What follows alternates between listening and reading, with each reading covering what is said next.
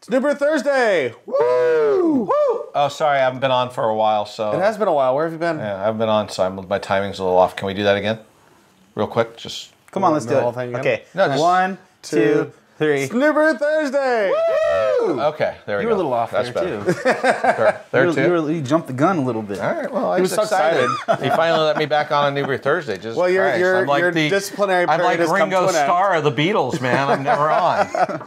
Your disciplinary period has come to an Thank end. God so Matt's passed out out on the floor. Yeah, Matt. He's gonna be really angry at us. Especially with the beer that we're opening. So, but we're back in Bill's cellar. It's been a long time since we've been here. This is the new cellar. The new cellar. New cellar, yeah. Yeah. Cellar. It kind of looks like the old cellar from the perspective that you're at, because it pretty much just moved the whole thing over. Yeah. But it's in a whole new garage and a whole new house and a whole new city. Though. Yeah. So. Yeah, you've done some. We had some rabid things. fans who tracked him down. He had to move to get away from them. So. Yep. It got a little out of control. Got a little out of control. Steve put my address on. It was like the Walking Dead zombies attacking his building. He's like, we've got to move. Exactly. So we snuck his beer out in the middle of the night and moved down here. We had machine guns. Nice.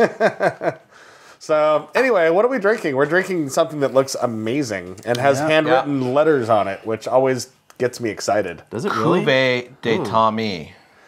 Cuvee de Tomme. Now that's a. Well, I've had Cuvee de Tomme. Yeah, it's like whatevs. Everyone's had Cuvee de Tomme. Silver right? foil. Have you had the silver foil? No, but Okay. and we also haven't of had the white label Cuvee de Tomme because now it's a red label and it's. Well, it's a very colorful label. Very colorful label, yeah. Fruit. Very old. poured. This is a beer Tommy did, actually with Jeff Bagby at Pizza Port Solana Beach. Of course, it's his amazing Belgian strong ale, I guess you'd call it, or American sour. It's done on American oak with sour cherries and 3 or 4 strains of, I think it's 3 separate strains of Brett. Right. Wow. So it's pretty crazy. And this is a 2003? Let's see, Malt Advocate 2001, Beer of the Year, takes a year to do. Yeah, it's his second, I don't think it's his first release. I'm sorry, guys. It's been a long time. I've had a lot of them. I don't have them all anymore. This is I drank them all. I think it's 2003. 2003, okay. Could be 2002. We're going to call it RFO. It's definitely... RFO, yeah. Really freaking old. Exactly. Well, yeah. And, usually we try, and a lot of times we fail. We understand that. But we try to, do beers that are accessible to the majority of our audience. This is obviously not one of those beers, and that's the whole point of the Cellar episodes, is to just break out something crazy and amazing and see how it's held up, especially my last in a silver professional... foil. Cool. Thank you. Well, thanks, Bill. I'll hug you later, awkwardly. Yeah. I'll hug you now. I'll wait till later, because it's just weird. Anyways, it's going to be amazing. Do you actually want me to open it? Yeah, are we just going to sit and talk? Like, we'll just spend the whole episode talking about it. Like, I was going to sub something else. Yeah, John will in post just create like some red liquid in here, and we'll just pretend to drink it. If it's even red. Yeah, it's going to be brownish. We don't know Is it going to be brownish? Okay. I'm curious as to what this is compared It drinks to amazingly. like what Cuvee de Tomme is now. Right. Because they release it every year now, and I think they've done that, for the last 3 years? They've released it every year? I don't know. Or longer than that. Last 3 years that I've been paying attention to Yeah, I've been buying it for so. the last 3 years. Yeah, so. that's kind of, I think, where I was at with it, too. But before, it wasn't released as widely, was it? I was afraid that was going to happen. Is it breaking? Old corks. So we're going to have to go to the backup plan, which is not an issue. Wow, that's crazy. I've wrestled with these corks many times. This is good because this gives the audience an idea of what to do when this happens. All right, so what is this thing you're using? So this is an Osso. It's a classic wine opener used for old disintegrating corks. Which is what this is, clearly. Yes. So you just slides in. It's like a shoehorn. It slides in, and then see how you can grip it. I'm usually pretty legendary about salvaging corks, even on 50-year-old wines. So let's see how we do. Yeah, well, it's disintegrating. The cork was like, yeah. Hold on. Yeah, the cork's not happy. And it's still going to continue to disintegrate. Sometimes, guys, when you do this, you want to use an Osso, and Osso works great. Sometimes that doesn't solve all your problems, which it's not going to in this one either. So this is going to be a labor of love on my part. Sometimes you have to use... This actually just makes it more awesome to me. Sometimes you have to use a cheesecloth, actually, also. You got to work to get to... To strain it, yeah. But this is a great beer, and it'll be well worth it. Worst case scenario, sometimes you guys push it in. Oh, there it goes. And then you got it. You totally got it. I mean, Bam. this thing's totally no. Oh, wait, We got a little bit in there. We got a little bit. I'm telling in you, there, this thing is very. Oh no, there's a whole very bunch more in highly there. disintegrated. Yeah, that's like And half the cork. That sucks. the key is if you have to push it into the bottle, there's a couple key components. One is you want to blow off all the excess crumbs on the top.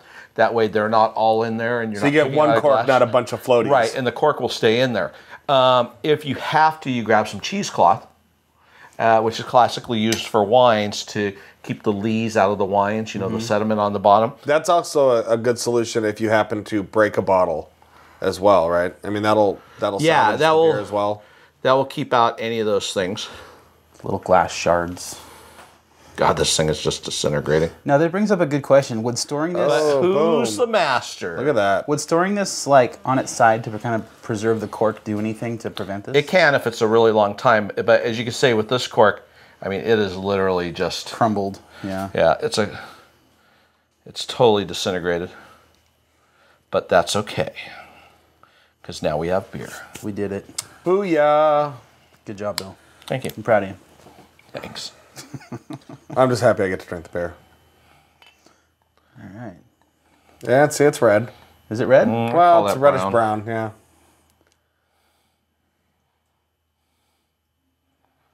I got some Oh, you won the carbonation. prize.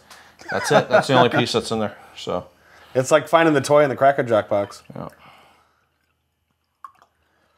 Obviously, that's a all it beer had in there. like this is not going to be heavily carbonated. Well, maybe it's just not showing signs. It could be properly carbonated, you know. Oh, it's delicious. All right. Cheers. It's like a fine wine. Smells so good. So much raisin. Just a hint of the cherry. A lot more cherry in the mouthfeel, let me tell you. This amazing beer. Date. Oh yeah. Even has prune. A little bit but of it prune, has cherry, and it's acidic still, guys. It's battling. This is between held up really actually, well. It's more acetic than acidic, Right. and it's got some great components. It's a huge beer too.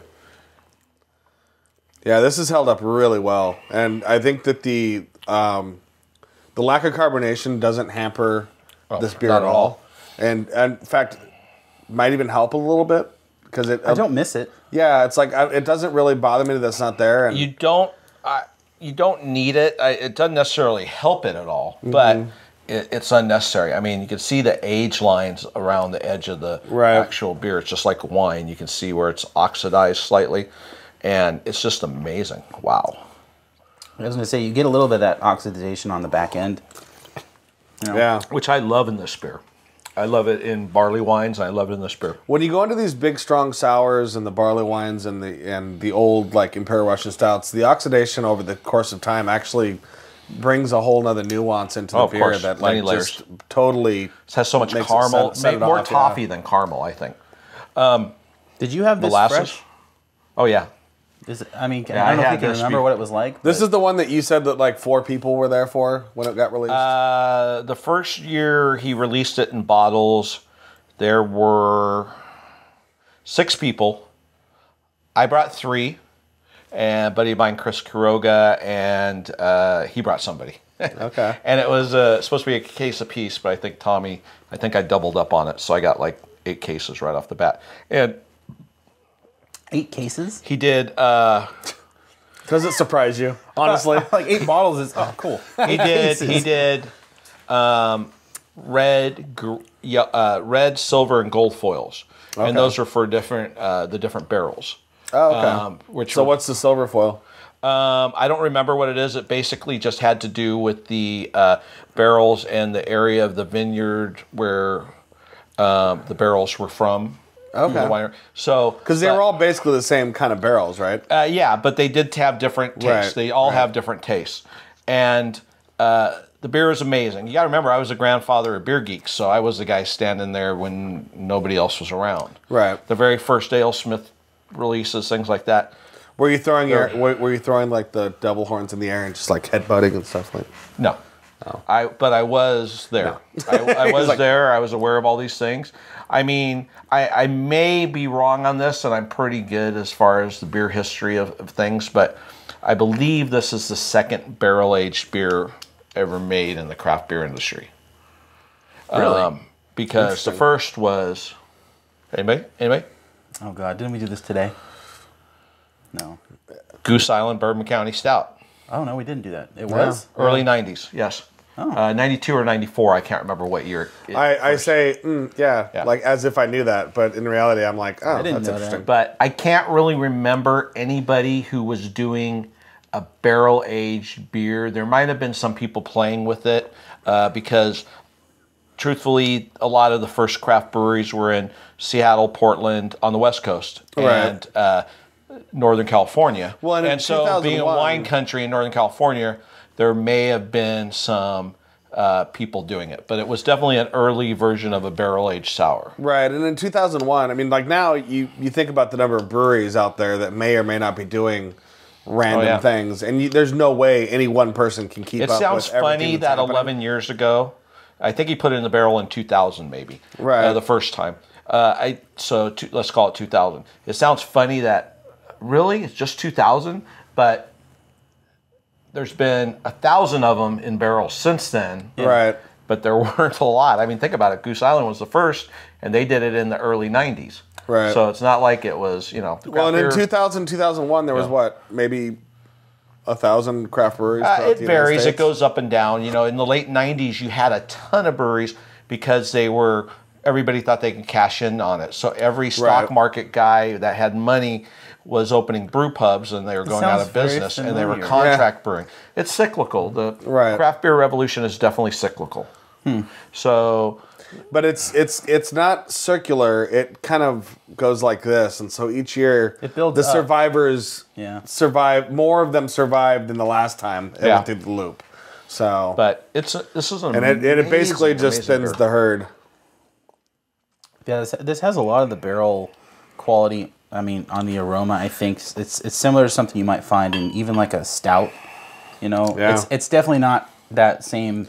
Yeah, it's not like it's not like you're getting chocolate notes or anything like that, but you get like that oak woody flavor, that almost like little bit of roastiness to it. I'm still not seeing where Steven says this is red. It's mahogany. It's mahogany, yeah. It's a lot darker than... It's barely even burgundy. Well, when I said that, I was like peeking around you, and I think the purple from your shirt threw the color off, so... Yes, that was obviously it. Obvi. But, in your rosy red cheeks. Cheers to you, Tommy. Seriously. This was an outstanding beer and still is. Now it's much more vibrant when you get fresh bottles, but this still has all that vibrancy, and it's still very exciting. Cuvee de Tomme and... the one with the rose petal, why can't I think of its name? Don't tell me. Red Poppy, thank you. Those are the two beers from Lost Abbey that I really jones for every year. Like every year when they release. The ones you kind of look out for. Right, those are the ones that I personally... I mean, Angel Share is awesome. Deliverance is amazing. All of the beers that they do are pretty much like spectacular. But there's something about Red Poppy that just lights fires in my dreams after I've had a bottle of that at night. And same with Cuvee de Tomme. Like, they're just so well-crafted sour beers that it's amazing when you can have a nice glass of that and you're just kind of relaxing for the evening, and a little bit of cheese with it, and it's like, oh, it's so perfect. Yeah, I remember it's one of my those are my two of my favorite sours on the planet. So my partner at work, that I kind of got into craft beer. He was a beer drinker, but he didn't really dive in that deep. We were at Whole Foods, and this is when Cuvee de Tomme, probably 3 years ago, was in the big bottle. And it was, I think, $26, $27. I'm like, dude, 4 or 5, but still, anyways, it was the big bottle. I know it was the big bottle. Yeah. And like, yeah, you should check it out, dude. And he came back because I drank the entire bottle myself. I used to tell Tommy, and he went back and bought like 2 more. Right. And I'm like, I used to tell Tommy this was the beer I love to hate, because. Well, I've known you guys have been in my backyard having tastings where we've opened 50 bottles. Easily. Right. That's not even very epic for me. Such a rough day. But I'd always break out a great vintage of a Cuvée de Tomme towards the end, and everybody'd be pretty much done. And it'd be like, does anybody want this beer? And everybody's like, oh, dude, I got to drive home, or they're sleeping on the floor like Matt is right now. And poor Matt. Matt, you're watching this. You're cursing at us. You're screaming at the screen. I tried to wake you up. He kicked you a couple times. At least. He even helped set this up. Yeah. Like, So yeah, it's like But I'm sorry. anyways, so I would end up finishing the beer because I would never let a Cuvée de Tomme go to waste. right. And I'd always feel rougher for it the next day. Yeah, because I it's didn't need to finish certainly the not a beer either. you should drink on your own. It's certainly something you should share with your friends. But it's a beautiful beer. I just love this. I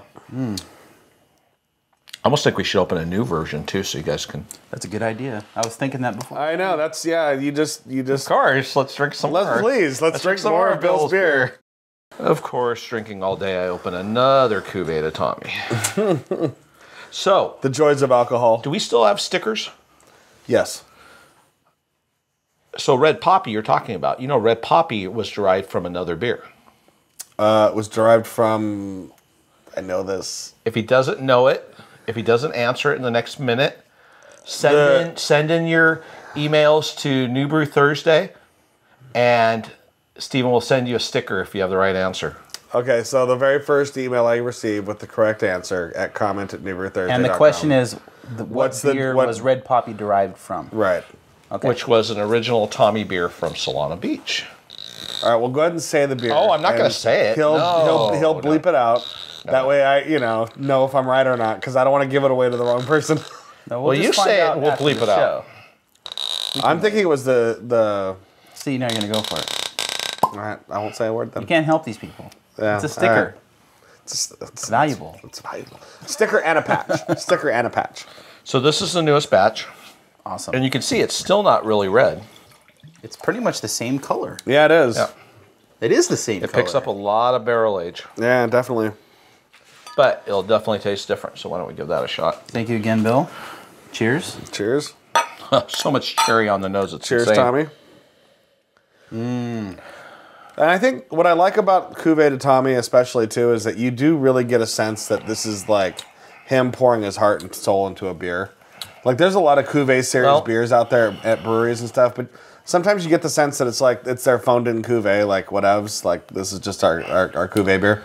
But So with this beer, you think the term cuvee is used too loosely? I think it can be. Sometimes, yes, yeah. it can be.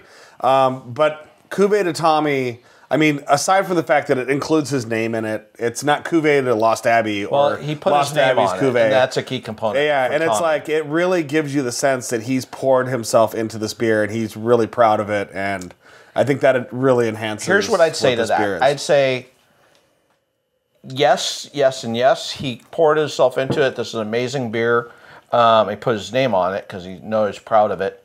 But all cuvées are not equal. But Right. the point is, you have to judge where they're coming from. So it's not that somebody just phones in a cuvée. Right, no, It's the that's fact that not what I for meant, that but, particular yeah. brewery, that may be their best. Yes. Or Right, something right. special about it, and that's why you call it Grand Cru or Cuvée. Same. Well, and when I say that, I don't mean to say that breweries are not like Trying. hard or whatever. But I do feel like there was hard enough for a year or two in that period of time where Cuvée kind of became a buzzword. And so there can see were a that. lot of beers that were released as cuvées where it was like, I don't really think you know what a cuvée is. And well, there's no set rule to Cuvée. Right. Cuvée means your best effort or your finest. exactly. Or And I'm not something talking about you're like proud the of, or style your of the best beer or anything like vintage if that. But comes it to was wine. like, this is just another one of your beers that you've slapped the word cuvée on because everyone else is doing that. Plus, you make it And sound like there's so- hundreds of Cuvées. If you really look, there's not. But I know what you're saying. Yeah. It seems that way. Getting Yes. back to I get a lot more fusel notes on this that I'm not getting, and maybe it's because I'm drinking a 11-year-old version of it as well. I don't get fusel. I just don't think it's blended. It melds together in this beautiful symphony as it gets older. I'm getting a lot of cherry tartness, and I'm getting barrel. I know but when you're hearing fusel notes, a lot of times there's beers that you just try and they're like, ooh, alcohol. Right, it's like drinking straight vodka sometimes, but yeah. Well, or bourbon. Yeah.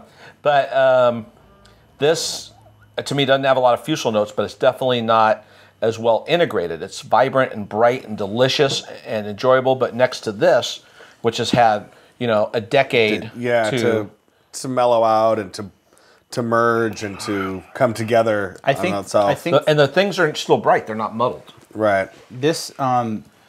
Okay, first and foremost, a little bit more carbonation. You know, it's a little more effervescent. Right. The barrel on this one, though, the original, the 2003, 1, whatever it is, Right. it still has way more barrel.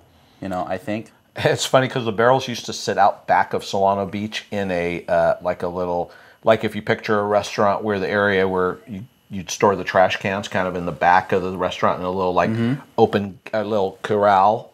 Like a chain link fenced area. Yeah, I think it was wood at Solano Beach. I can't remember. It probably still is. But yeah, these were there. So that was pretty cool, I thought. But yeah, just amazing that he did this in that little brewery.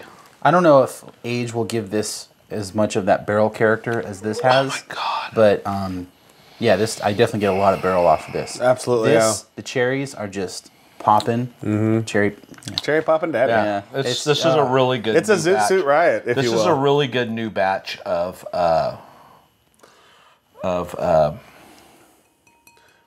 This is definitely a good lesson, though, in why you shouldn't buy a bottle of this beer and then drink that bottle of beer. You should buy as many bottles of this beer as you can. You can afford. And Cellar several of them. If you could, and drink one right away, of course. But this is definitely a Cellar-worthy beer. If I've said it in many articles, whenever you can, I'm not saying go out and buy 30 cases, a case of each beer. Pick a few beers that you love and buy a case if you can afford it. And take that case and open a bottle. And then put it away. Yeah. Open a bottle 3 months later. Open a bottle 6 months later. Open a bottle a year later. And then every year afterwards or every 6 months afterwards. Because just like fine wine, you have to monitor beers.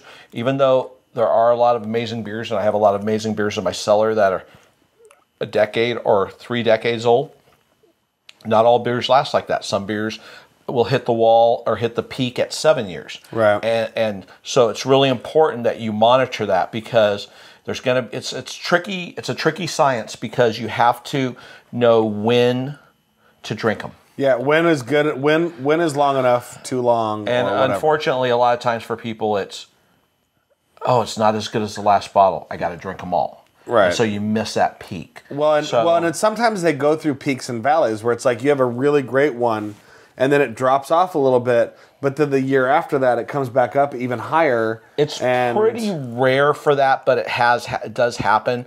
I think what happens sometimes is you have a beer that's drinkable, then it gets a little sick for a year or two, and then it can pick back up. But for it to actually go a while, 5 years, say, and then get better and better. Now, Thomas Hardy's ale, I've always said that, has been able to do it. I've consumed, 30-some-year-old Thomas Hardy's, and I've actually seen where different years have gone up and down, and that's a really unique beer for that because it's still progressing in its kind of its downhill slide, but sometimes when you have old ales or barley wines, you'll start picking up notes of sherry or Madeira or port, and so even though it's still declining, it'll pick up these really great nuances from oxidation and whatnot. Well, and so then you think, wow, it's actually gone up. Hasn't necessarily gone up, but it's something made else it is so that coming it's out. Yeah. really enjoyable for you again. That's what I was getting at. Is like you look at like this year's Firestone 15,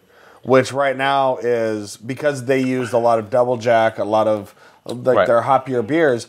There's a hop characteristic to that beer initially as it's fresh that's really interesting and adds a unique component to that. But that's obviously going to fall out as. Who knows if it could get worse or better? But it's going to fall out obviously as you age it.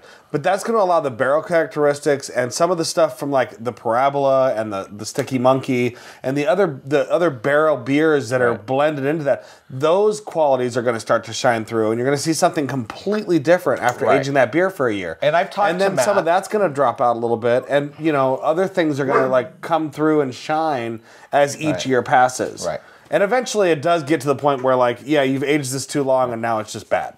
So. Well, I've talked to Matt and Dave Walker and Steve Alvarez, and they're a little concerned that there was so much double IPA blended in this. And I think one thing it made it was the Firestone 15 was much more drinkable right off the bat than normally it would be, and that was because of that. Now, whether it brings out other nuances once the double jack drops off, it can, because as we all know, a really well-made double IPA can definitely turn into kind of a West Coast barley wine. Yeah. Right. But the thing is, the one thing, and you know I love you, Matt, and you know I love you, Dave, and I've always been a huge proponent for you guys, is they allow vintners, and Dave has a background, you know, Firestone. Dave has a background with wine, his you know, the Walker family and the Firestone family. I wish they have stellar brewers. I wish Matt and his brew team, and they're probably involved also, but I don't think they need, and I'm not picking on wine because everybody knows, who knows me, I love wine also. Don't have winemakers do your blending, even though they've been doing it for a lot longer than beer makers. Get out, blend it yourself, and just do it for the nuances you guys actually want. Final thoughts on the original second batch versus the current batch, Bill? I think the current batch has the ability to age like that. I guess 10 years you'd have to wait and see. Time will tell kind of thing. I much prefer this older vintage because it's amazing. I know how rare it is, and that's what I'm all about. There is something about drinking a rare beer like this, and you kind of, I'm not saying that there are any flaws with this beer, but even when there are flaws in a super rare beer that you opened up that's like 20 years old, you give them some leeway. You give it leeway because you're like, oh my god, I'm drinking history right now. I mean, unless it's really just screwed up. You know, right? Little things here and there where it's there's drain pours, but this is not. When it's not a drain pour, it's like, dude, this is. It's like you pop that. Years old. Yeah, you pop that open, and the air that comes out is air from 2001. That's cool. You know, it's like that's history in that bottle. You know, so and you kind of let that go. So I still, like I said, this has all the barrel character compared to this. This. You guys are saying this is more acetic. I think the new one's more on the acidic side, definitely. It's a little thinner. This one definitely has like a bigger mouthfeel, more along the lines of that imperial barrel-aged stout kind of thing. It's not a stout, but just that it has that same feel. So, I just got a text from Tommy. Oh.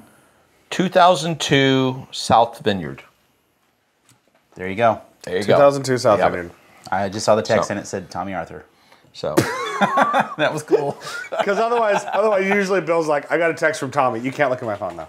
No. Well, I don't want these guys to know all the brewers' numbers. Can I geek out a little bit? I actually just grab his phone and send them all to myself. Yes. So it's all good. But yeah, I mean, you can't compare the two, whether this one's better than this one. I mean, they're two different beers, but they're still the same, you know. It's the same construct. It's the same concept. It's the Matrix. It's the same beer, but it's the Matrix in different zones. You know, it's your grandfather and your father, and the experiences that your grandfather has had more than your father, or your father more than you when you're a young man growing up. Yeah. So this is just an infant, and this is an experienced veteran, and it's amazing. I'm glad you guys talked me into opening. Although they didn't actually. I just decided to open it for them, but still. Well, we were gonna open a couple other ones, and it was like, no, let's not do that. Well, I wanted to open rare beers, and then Steve goes, but the cellar means old. And I go, Am I wrong? Am I wrong? But am I wrong? It could be rare. The cellar means old. There's rare. There's rare. Yes, I don't have 1,500 bottles for them. Just no. There's old though. When I come to the cellar, we do a show. I want old. All right. Well, at the end of the day, this is, I think, the perfect choice. Yeah, definitely. It's a good balance between rare and old. Bill, it's probably the rarest and the oldest exactly in this, from this brewery that we'll ever have. So, Bill, thank you very much for having us in here. You have the Black Ball Stout. Do you have one? Yeah, of course. Well, maybe next time. Well, the next Cellar episode, I guess that's what we're doing. Tommy's Homebrew Imperial Stout. All right. Well, Bill, thank you for having us in here again. Thank you for opening this beer. Tommy, congrats for making beer that lasts this long and tastes this amazing. You're awesome. Cheers. Tommy is the man. As I've always said this, one Tommy of the top is, five. Tommy does. Tommy is one of the top 5 American craft brewers in the history of the craft beer revolution. Oh, you hit it here first. He is. It's just. Who would be the other 4? Well, and you have 45 seconds. There's a lot of there's a lot of great brewers that have been around for a long time. Guys like John Mayer, Ken Grossman, people like that, right? But Tommy and Vinny, to me, are always dueling neck to neck on what they've done for the craft beer scene and what they've done as far as quality of beers. There's a lot of other great guys out there. Brandon Saminsky. He's new. He's starting. He's coming up. Top He's 5. coming up. But Tommy and Vinny, I always consider them right up there dueling for the top thing.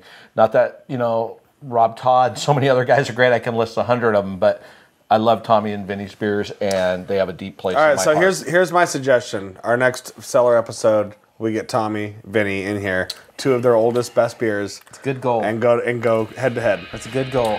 And until then, as always, stay safe and drink beer. Thanks, Bill. Cheers.